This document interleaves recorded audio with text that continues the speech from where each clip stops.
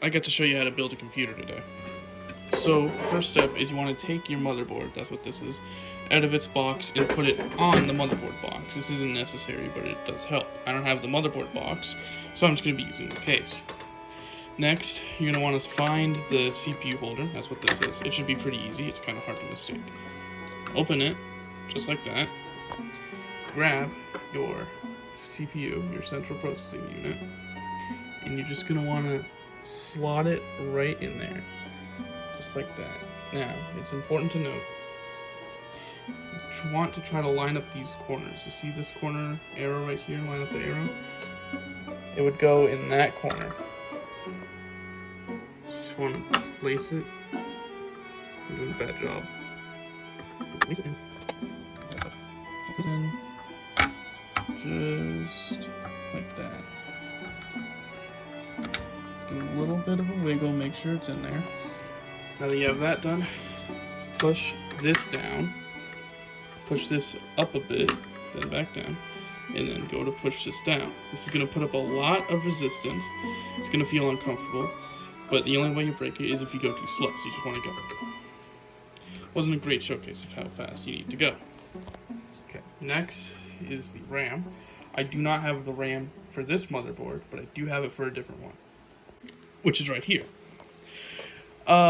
You'll see that this motherboard it's older, but it's more of what you would expect from a motherboard if you're buying more so gaming parts. Now, this is already set, I'm sorry. Okay. So, this is the RAM slots right here. This is the locks. This is RAM, hard to mistake. Right here, these locks. You want to go on, typically, if it's a 4-pin motherboard, you want to go on pins 2 and 4 because they can utilize the RAM the best. To open these locks, just push down on them and a bit away from the motherboard, or the RAM slots, as you can see, just like that. It's very easy. Next, you'll see that there's a little bump right there. You're going to want to line up the RAM with that bump. Slot the RAM in just like so, just like that, and you'll see that I have it lined up with the bump. Then just push down until both of these lock right back into place. Just like that, you've installed slot 1 of your RAM. Now all you have to do is just repeat the process again. Should be pretty simple. These ones are a lot more flimsy. They move around more than they should.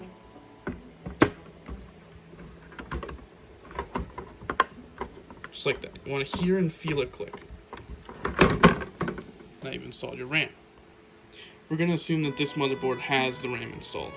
Alright, next step, you want to take your case, flip it on its side just like this, take your motherboard, put it in the case, and line up the I/O ports. This is the I/O board right here, sorry. Right there, that's the I/O board. This is the I/O port. I/O stands for input output. This is where you plug in your cables and stuff. If it's not budging or moving at all, that's because it's stuck on a pin that's on the case. That means you want to pick it up just a bit. It's a little hard to slot in, as you can see, but once you get it in the right position, it should just click right in. And then we've got that in. Alright. Next step I'm going to do is put the fan in, because I want to. Alright. Now for this step, the fan will only go in one direction, I'm pretty sure. So you want to make sure that all of these are lined up just right, which they appear to be. So since all of them are lined up right, you take your screwdriver, and now this is pretty important. Oh, I should mention, typically you want to put a liquid in between the CPU and the CPU cooler. This liquid is called thermal paste. I will explain it while I'm putting this in. Thermal paste is a metal liquid compound that basically is infused with metal, as it is implied with metal compound, And what its purpose is to transfer as much heat from the CPU to the CPU cooler as possible. On the bottom of the CPU cooler, you'll see that there's a metal sort of grate. This is to disperse as much hot air as it can away from the CPU, as the CPU tends to get quite hot. Think 50 degrees Celsius resting temperatures and upwards of 80 active temperature. That's all the way. So it tries to make a airtight connection, thermal paste does, with the CPU and the CPU cooler to ensure that as much heat is being transferred as humanly possible from one point to another. Because if your CPU overheats, then if it overheats too bad, then you will have to buy another one. It can break due to heat. Don't worry though, as long as you've gotten everything all right, you should be fine. Installing thermal paste is easy. It usually just comes in a syringe, and you only want to do a little line across. It doesn't need to be that much. You can do a blob in the middle if you prefer, but that's how you do that. Also, if you want your fan to work, which you do, you're going to want to plug this in. This, as you can see, on the bottom of every pin connector, it'll have a certain amount of pins. It will not plug into anything else. At least it will not fill all the pin slots. So right here, see, you have 4 pins. And it's hard to plug it in to anything else, or at least mistake it, because of this little edge there. So it will not plug into anything else. Anyway, we're now going to plug in the power supply. Since the computer is positioned this way, I'm going to spin it over like this. Back up a bit. And you're just going to kind of slot it in just like that. Now that's in place and all nice, but you'll notice it goes back. So that's why you need to screw it in. You'll see 3 screw points right here where you just screw it in. I'm going to fast forward just because this is really boring.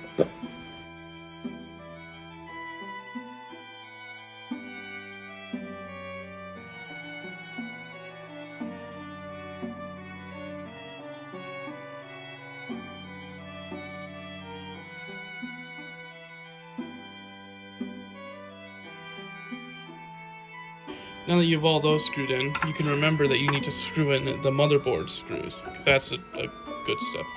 There's a lot of screws for the motherboard. I'm just going to speed this up as well.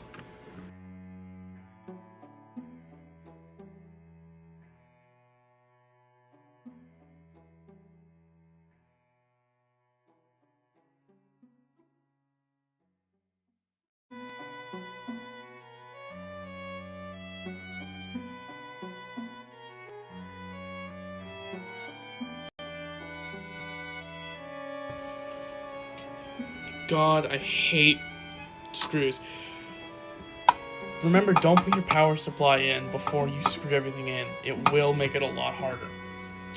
It's also a good tip for screwing is you're not trying to bolt it to the motherboard.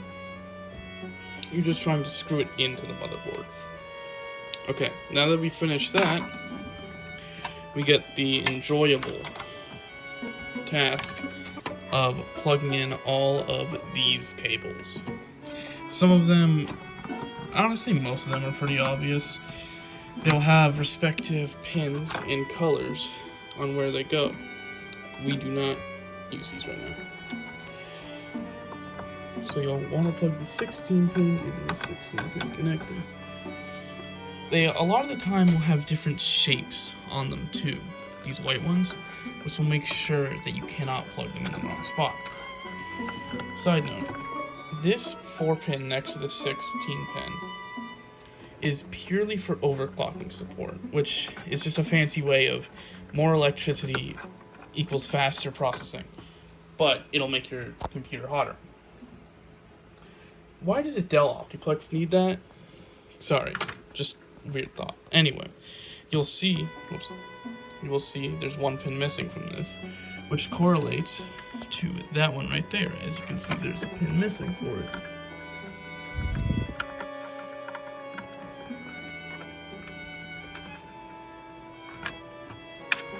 there's another yellow one with a similar pin missing, which I'm pretty sure plugs into this black one, but honestly it looks like it could plug into all of them, which is something we hate about pins.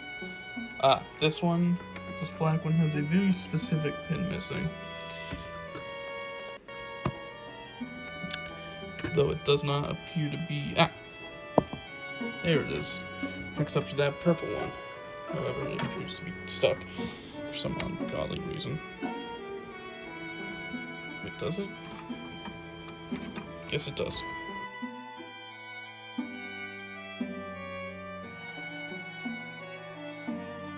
You're gonna have to trust me that I plugged that in.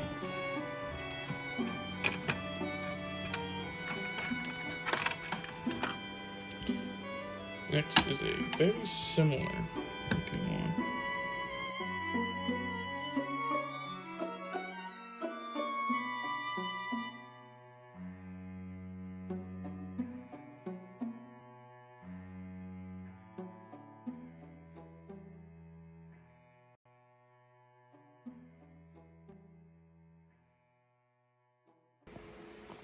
Okay, well after searching for so long, I still don't know what this goes to. So we're just going to ignore it. Now this next step is something that you're probably never going to have to do, which is inserting a DVD drive or an optical drive. Doesn't really matter which. It should just slot in like that. You want to line up this thing that's attached. Here, let's see. That thing right there, that's attached to that. You want to line it up just like that. You gotta screw that screw hole in with my screws.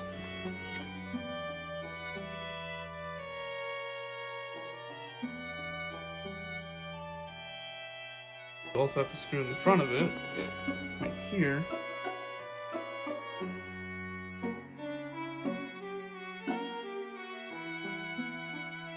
Like right here as well. Okay.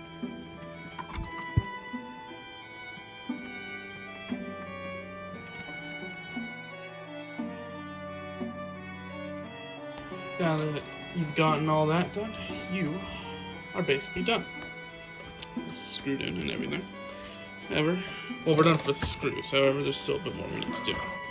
Turn it this way. You will see on the DVD drive, these two ports, they line up perfectly.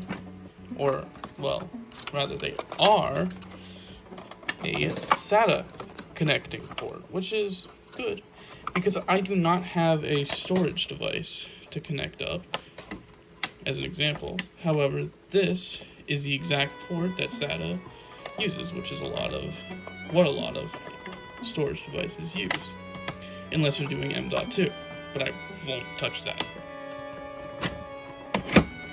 Despite it flying out, it does click right in. However, there's still this smaller one we need to get to. Never mind. This is actually a normal one, not the smaller one. The smaller one was off to the side. This is the smaller one.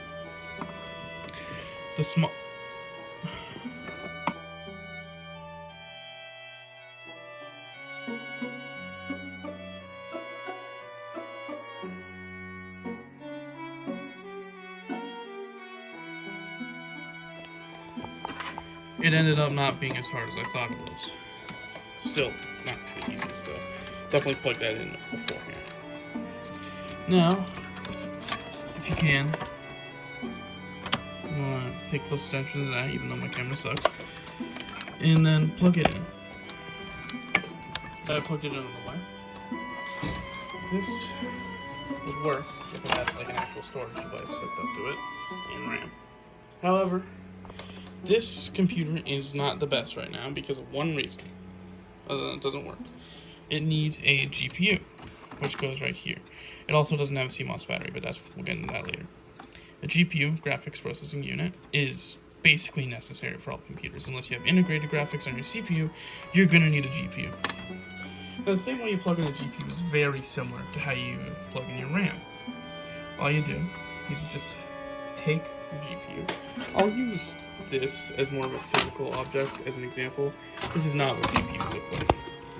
You want to just line it up, put it in like that, and then push it down so that that there will go up, and then it'll lock it into place. You do have to plug in a few power cords to it, but I've showed you enough how to plug in power cords. I'm pretty sure you can do it on your own. Now that we have all that done down, now we get to put the front I/O, or front panel on. Oh yeah, that's what this is, by the way. This is an I/O panel, front I/O. We get to just put this on, which I'm not doing right now. It's pretty simple. You just line it up and you push it in. These top things are effectively just latches, so make sure they all go in just nice.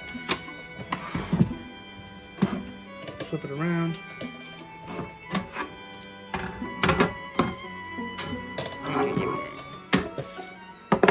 Okay, so just like that, where that vent is right above the CPU fan, so it can get rid of as much heat as possible. And then just more or less shimmy it into place. You gotta lift it up a bit sometimes. And I actually don't think that this can be put on properly.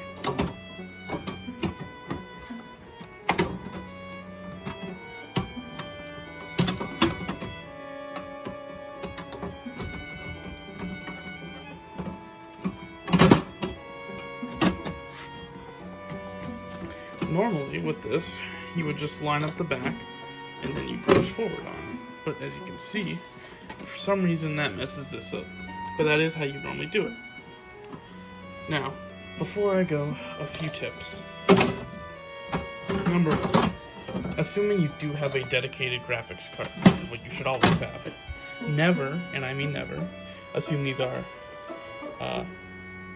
HDMI ports. Never plug any video output into one of these ports. The reason why is because if you do, it'll use the CPU's processing power instead of the GPU. So if you don't plug it in to the GPU HDMI, which would go right about there, then it would just not use the GPU. The GPU wouldn't be used at all, which is what you want. Number two, if your computer's not working, it's a good idea to come back here, and there's typically a little switch that you can flick to turn the power supply on and off. Make sure it's, on before trying to boot the computer. Nothing bad will happen, it just won't start. I think that's everything. That's how you build a computer, more or less. I hope you enjoyed. Please give me an A+. And are there any questions?